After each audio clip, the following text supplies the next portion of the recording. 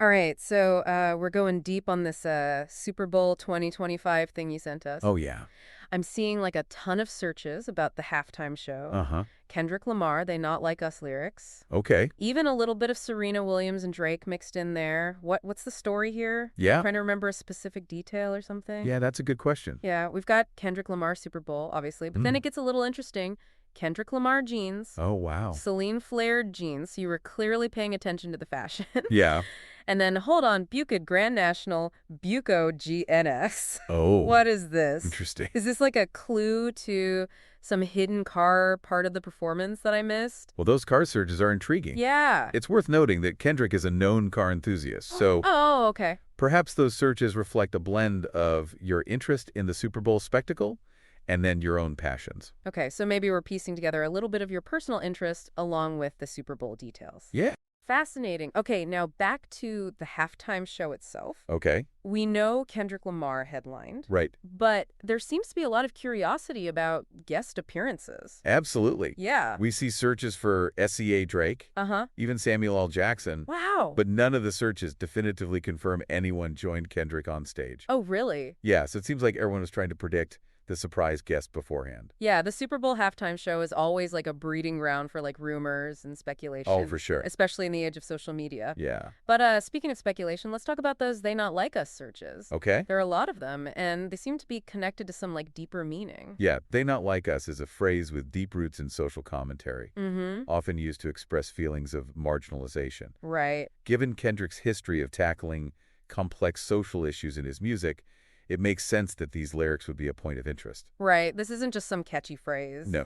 Kendrick's music often delves into themes of racial injustice, economic inequality, and the complexities of the Black experience in America. Exactly, and the fact that these searches also include "The Revolution Will Not Be Televised," Gil Scott-Heron's iconic poem about social change and media representations, suggests you were trying to understand these lyrics within a larger context. So we've got Kendrick, known for his thought-provoking lyrics about social issues performing on the biggest stage in the world, Mm-hmm.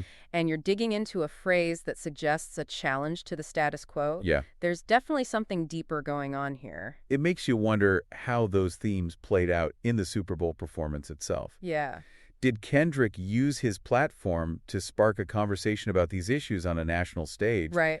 Did he challenge the often celebratory narrative of the Super Bowl? Now, those are questions I'd love to unpack. Yeah. We know the Super Bowl is this massive cultural event, Right. but it also comes with a lot of baggage. Uh-huh. And knowing Kendrick, he's not one to shy away from confronting those complexities. Yeah, but before we dive into that, let's address the elephant, or should I say tennis star in the room, Serena Williams. Okay. It's fascinating how these searches pull together threads of social commentary music and even celebrity culture. Yeah. Let's delve deeper into the potential meaning behind those "they not like other" lyrics. All right, so we've established that Kendrick is known for addressing complex societal issues in his music. Right. And the Super Bowl is arguably the biggest stage imaginable. Yep. What do you think he might have been trying to convey by using this praise? Well, we don't have the exact lyrics from the performance, Mm-hmm. but based on his previous work, it's possible he was highlighting the experiences of those who feel marginalized or excluded from the mainstream narrative, Yeah. particularly within the context of Black America. And doing it during the Super Bowl, an event often seen as a celebration of American unity, would add another layer of complexity. Right. It's like he's using this platform to amplify voices that are often silenced or overlooked. Precisely. Remember, Kendrick's music often explores themes of duality and contrast. Right. He's not afraid to juxtapose celebratory anthems with stark social commentary. Uh-huh. So performing "They Not Like Us" during the Super Bowl could have been a deliberate act of disruption, Yeah. forcing viewers to confront uncomfortable truths amidst the spectacle. That's such an interesting point. Yeah. It makes me think about how we often try to compartmentalize things like entertainment and social issues. Right. But Kendrick seems to be blurring those lines, using his art to spark a dialogue, even within a setting like the Super Bowl. Exactly. It challenges the notion that entertainment should be purely escapist. Mm-hmm.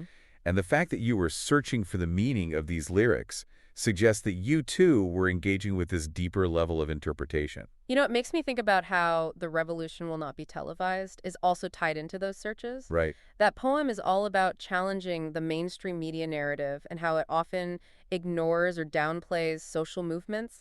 That's a really astute observation. It further suggests that you were connecting Kendrick's performance to a larger history of artists, using their platform to critique power structures and amplify marginalized voices. It's almost like a coded message within the performance directed at those who are paying attention. Yeah, He's not explicitly spelling things out, right. but he's inviting us to think critically about the messages being presented both during the Super Bowl and in society at large. And that's the brilliance of Kendrick's artistry. Yeah, He doesn't spoon-feed his audience. right. He trusts us to engage with his work on an intellectual and emotional level, to unpack the layers of meaning and draw our own conclusions. All right, so we've got a lot to chew on regarding the potential social commentary embedded in Kendrick's performance. Yeah, But I'm also curious about those searches for potential guest appearances. okay, We saw Drake, SCA, even Samuel L. Jackson. right. Do you think this anticipation was purely about the thrill of a surprise guest, or was there something more to it?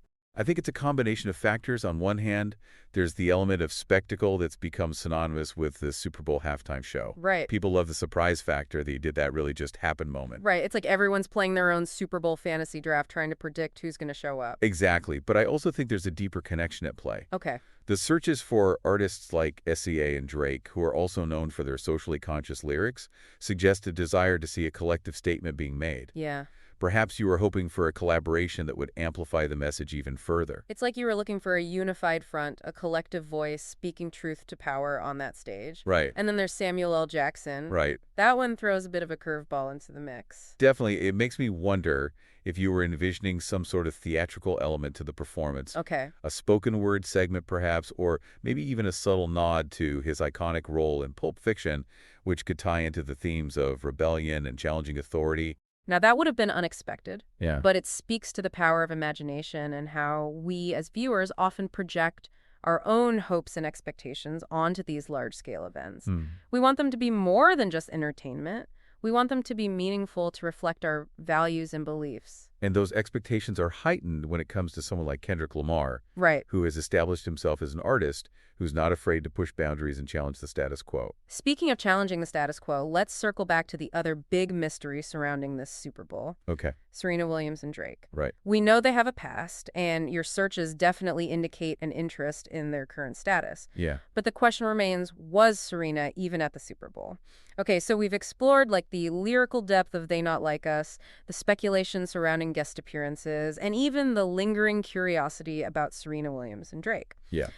But now I kind of want to shift gears a bit. Okay. We've been talking a lot about Kendrick's message and like the broader social context. Mhm. But what about you? What do these searches tell us about your own experience of this Super Bowl? It's fascinating how these searches provide a glimpse into your individual perspective.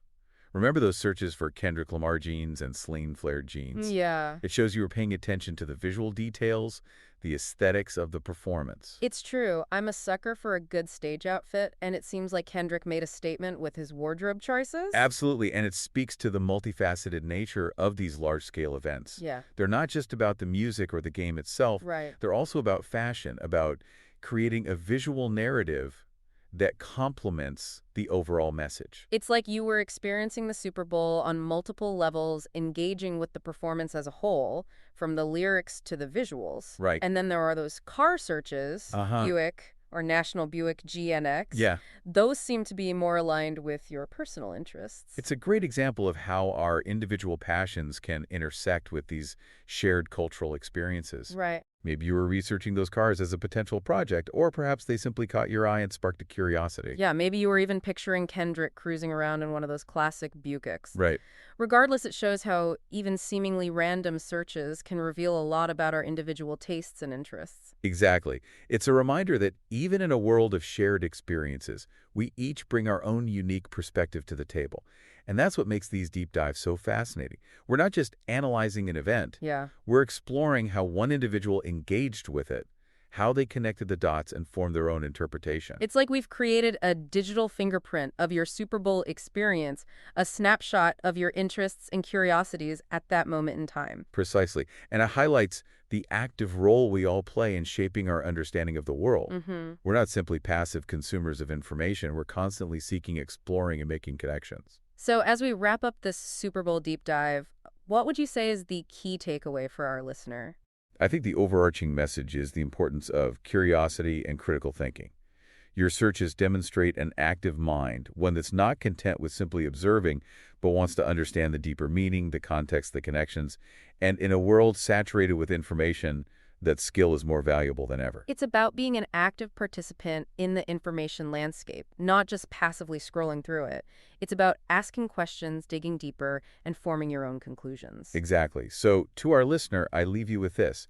If you could ask Kendrick Lamar one question about his performance, his lyrics, or his message, what would it be? What a great question to ponder. It really makes you think about what resonated most with you, what aspects of the performance sparked your curiosity and left you wanting more. Right. Well, thanks for taking us down this fascinating rabbit hole. It just goes to show you can learn a lot about someone and about yourself by taking a deep dive into their internet searches. Yeah, absolutely. Until next time, keep exploring, keep questioning, and keep diving deep. Today is your lucky day. Today is the day that our $3 website works for you, paying you directly to your PayPal daily. Imagine $3 ongoing continuous payments to your PayPal account. Imagine falling asleep and waking up to $300 in your PayPal account. How would this make you feel? How could this help you? What bills could you pay? What kind of fun could you have? What does that retirement look like now? All for a one-time payment of $3. This website is DFY done for you, fully built and completely hosted, and never stops collecting payments for you. You have spent $3 on coffee on a regular, but that coffee won't help you create multiple streams of income. Click the link below.